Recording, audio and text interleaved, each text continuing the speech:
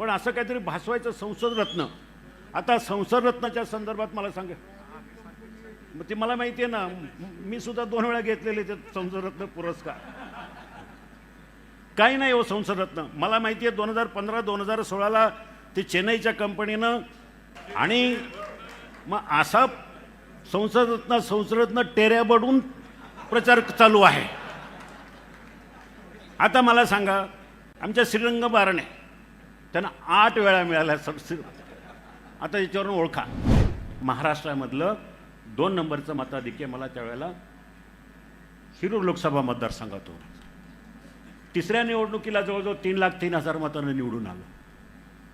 दुर्दैवानं 4थ्या निवडणुकीमध्ये जरी पराभव झाला, मी तो पराभव मानत नाही, कारण माझ्या दृष्टीनं 5,78,000 मतं म्हणजे 5.25 लाख मतं मला पडली होती.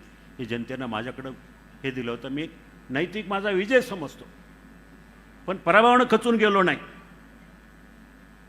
लोकांनी मला, म्हणजे ज्या दिवशी निकाल लागला, मतमोजणी झाली, त्या दिवशी मी पराभूत झालो. डॉक्टर अमोल कोल्हे यांचं अभिनंदन केलं आणि दुसऱ्या दिवसापासून कामाला लागलो, कारण लोकांचं प्रेम माझ्यावर होतं.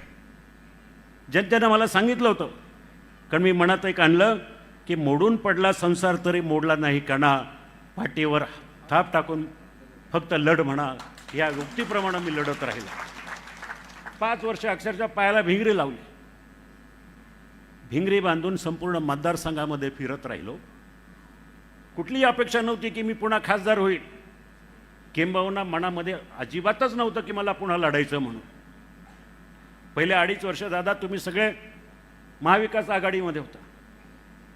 त्यावेळेला मला आदरणीय आमचे पक्षप्रमुख उद्धवजी ठाकरे असतील, संजय राऊत असतील, त्यांनी मला सांगितलं वेळोवेळी की हा मतदारसंघ राष्ट्रवादीचा आहे, ही जागा आपल्याला मिळणार नाही, तुम्ही काम करा, तुम्ही पुणे लोकसभेचा विचार करा.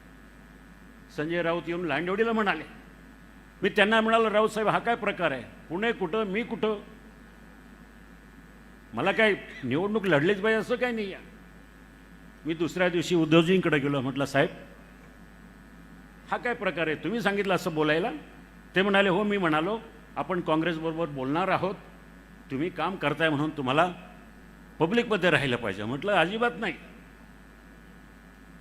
मला ह्या जिल्ह्यातून मी 3 वेळा कसली पार्श्वभूमी नसताना 3 वेळा निवडून आलो. एकदा पराभूत झालं, जाऊ दे, माझ्या दृष्टीने मी समाधानी आहे. मी खूप कमवलं, खूप माणसं कमवली, खूप नाव कमवलं. मला पुन्हा निवडणुकीला उभं राहिलंच पाहिजे असं काही नाही आहे. फक्त मला तुम्ही ताकद द्या माझ्या शिवसैनिकांबरोबर मला राहण्याची, त्यांच्या करण्यासाठी. ऐकलं नाही. ठीक आहे, दुर्दैवानं सुदैवानं राजकीय समीकरणं बदली, राजकीय स्टेप सगळ्या बदलल्या. आणि जेव्हा एकनाथभाई शिंदे आणि देवेंद्रजी मुख्यमंत्री आणि उपमुख्यमंत्री झाले, त्यानंतर खऱ्या अर्थानं मला ह्या मतदारसंघासाठी एकनाथजीनं सांगितलं की बाबा तुम्ही कामाला लागा, तुम्हाला लढायचं आहे. त्यांनी मला शब्द दिला, तुम्हाला पाहिजे ती ताकद देतो, तुम्ही लोकांमध्ये जा, लोकांमध्ये पोहोचा. 15 वर्षामध्ये मला जेवढा निधी पूर्वी मिळाला नाही मी खासदार असताना, तेवढा निधी मला 15 ते 16 महिन्यामध्ये एकनाथभाई शिंदे यांच्या माध्यमातून मला विकास कामं करण्यासाठी मिळाली. कामाची संख्या भरपूर आहे. जवळजवळ 1,500 कोटी रुपयाचे विकास कामं मी 1.5 वर्षामध्ये करू शकलो, लोकांमध्ये पोहोचू शकलो, गावोगावी जाऊ शकलो. ही माझ्या दृष्टीनं मोठी अचिव्हमेंट होती. नंतर राष्ट्रवादी काँग्रेस पक्षाचा महायुतीमध्ये प्रवेश झाला, परत समीकरणं बदलली. आणि हे सगळं सांगत असताना आता मी तर म्हटलं ठीक आहे, मी तयारी केली आहे.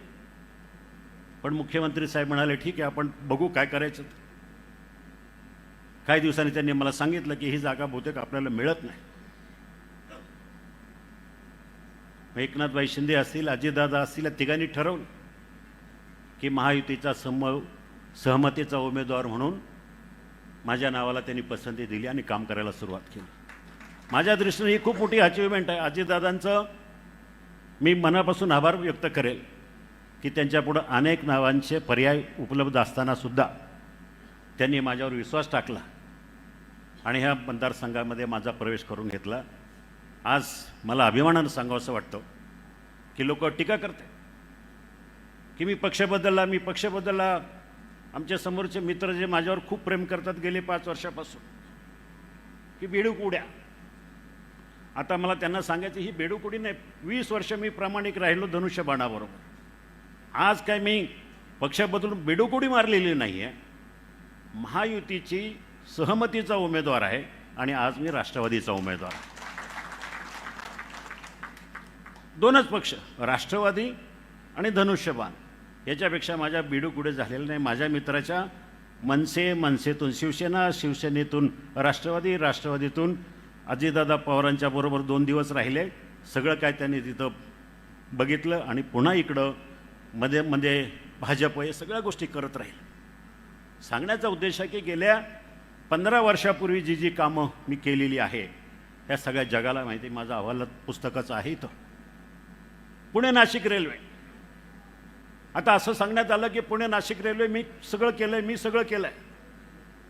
मला माझ्या मित्रांना विचारायचं आहे, रेल्वे हा प्रकल्प काय 2 महिन्यामध्ये, 3 वर्षामध्ये, 4 वर्षामध्ये होतो असं नाही.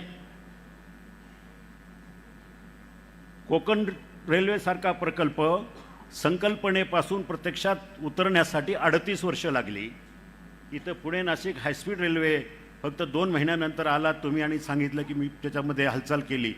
जे काय झालं गेल्या 5 वर्षामध्ये, माझा पराभव झाल्यानंतर पुणे नाशिक रेल्वेच्या संदर्भामध्ये जे काय झालंय ते फक्त अजितदादांनी पुढाकार घेतला आणि हा रेल्वे प्रकल्प कसा पुढे जाईल ह्या प्रकारचं त्यांनी धोरण आखलं. काही बैठका घेतल्या, काही पैसे अलॉट केले, भूसंपादन झालं. त्याचं एकमेव कारण फक्त अजितदादांनी आपल्या जिल्ह्यासाठी हा प्रकल्प अतिशय मोठा प्रकल्प आहे, त्याचं सगळं भाग्य उजळून निघाल्या परिसराचं, तो विचार मनात आणून अजितदादांनी जे काय केलं तेवढंच. त्याच्या व्यतिरिक्त ह्या प्रकल्पाला अजूनही केंद्र सरकार असेल, राज्य सरकार असेल यांच्या माध्यमातून फारसं काही झालेलं नाही. आज हायवेच्या विषयावर निवडणुका लढली गेली 2019ची. ट्रॅफिकच्या वर खूप मोठ्या प्रमाणात चर्चा करण्यात आल्या. माझ्या पराभवाचं ते सुद्धा कारण आहे की चाकणची ट्रॅफिक, खेडची ट्रॅफिक. पण हे सगळं करत असताना मी आपल्याला सांगतो, ते जे काय बायपासेस आहे, हा जो काय खेड सिन्नर रस्ता आहे, हा केवळ मी केंद्रीय मंत्री ज्या वेळेला CP जोशी होते त्यांच्याबरोबर भांडलो. अक्षरशः त्यांच्या केबिनमधून मी उठलो नाही. त्यांना म्हटलं मी काही झालं तरी हा प्रकल्प मला माझ्या मतदारसंघामध्ये राबवला पाहिजे.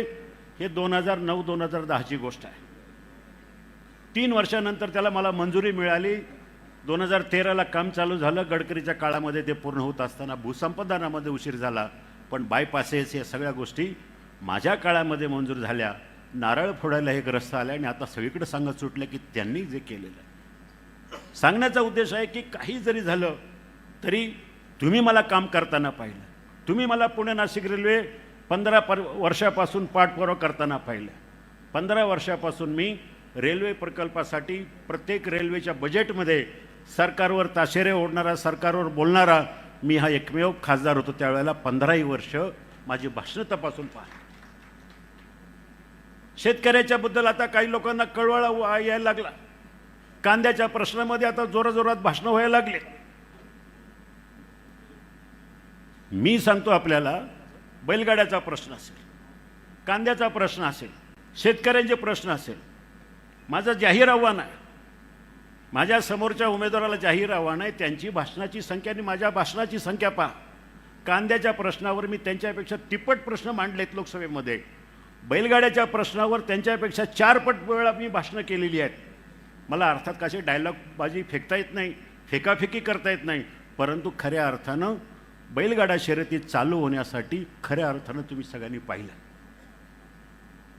पंतप्रधानांना भेटलो, लोकसभेमध्ये खाजगी विधेयकं मांडली, लोकसभेमध्ये त्याच्यावर मागण्या मांडल्या. या सगळ्या गोष्टी करत असताना सुप्रीम कोर्टामध्ये एकमेव खासदार आहे मी. सुप्रीम कोर्टामध्ये महाराष्ट्र गव्हर्नमेंट वर्सेस शिवाजी आढळराव पाटील ही केस सुप्रीम कोर्टामध्ये अजूनही गाजलेली आहे. त्या केससाठी सगळा खर्च मी एकट्याने केला दादा. 40 लाख रुपयाचा खर्च मी एकट्याने केला आणि ती बैलगाडा केस जिंकून आणली. आज असे अनेक प्रश्न आहेत. संसद रत्न आता लोकांना फसवायला लागलं की संसद रत्न काम तर काही केलं नाही 5 वर्ष, पण असं काहीतरी भासवायचं संसद रत्न. आता संसद रत्नाच्या संदर्भात मला सांगा, मग ते मला माहिती आहे ना, मी सुद्धा 2 वेळा घेतलेले ते संसद रत्न पुरस्कार. काही नाही हो संसद रत्न. मला माहिती आहे 2015-2016ला ते चेन्नईच्या कंपनीनं मला निमंत्रित केलं, पुरस्कार दिलं, 2 वेळा बघितलं, म्हटलं यांचं काही खरं नाही. मी 3ऱ्या आणि 4थ्या वेळेला मला पुरस्कार मिळून सुद्धा मी सांगितलं की नाही, दुसरं कोणाला तरी द्या. एक खाजगी कंपनी आहे. संसद रत्न पुरस्कार काही संसदेशी संबंधित नाही, सरकारशी संबंधित नाही, कशाशी संबंधित नाही. खाजगी कंपनी 10x10च्या कंपनीमध्ये खोलीमध्ये चेन्नईमध्ये बसते आणि ते पुरस्कार वाटतात. आणि मग असा संसद रत्न टेऱ्या बडून प्रचार चालू आहे. आता मला सांगा, आमच्या श्रीरंग बारणे त्यांना 8 वेळा मिळाला. आता याच्यावरून ओळखा. म्हणजे सांगायचं काय की 5 वर्षात आपल्याला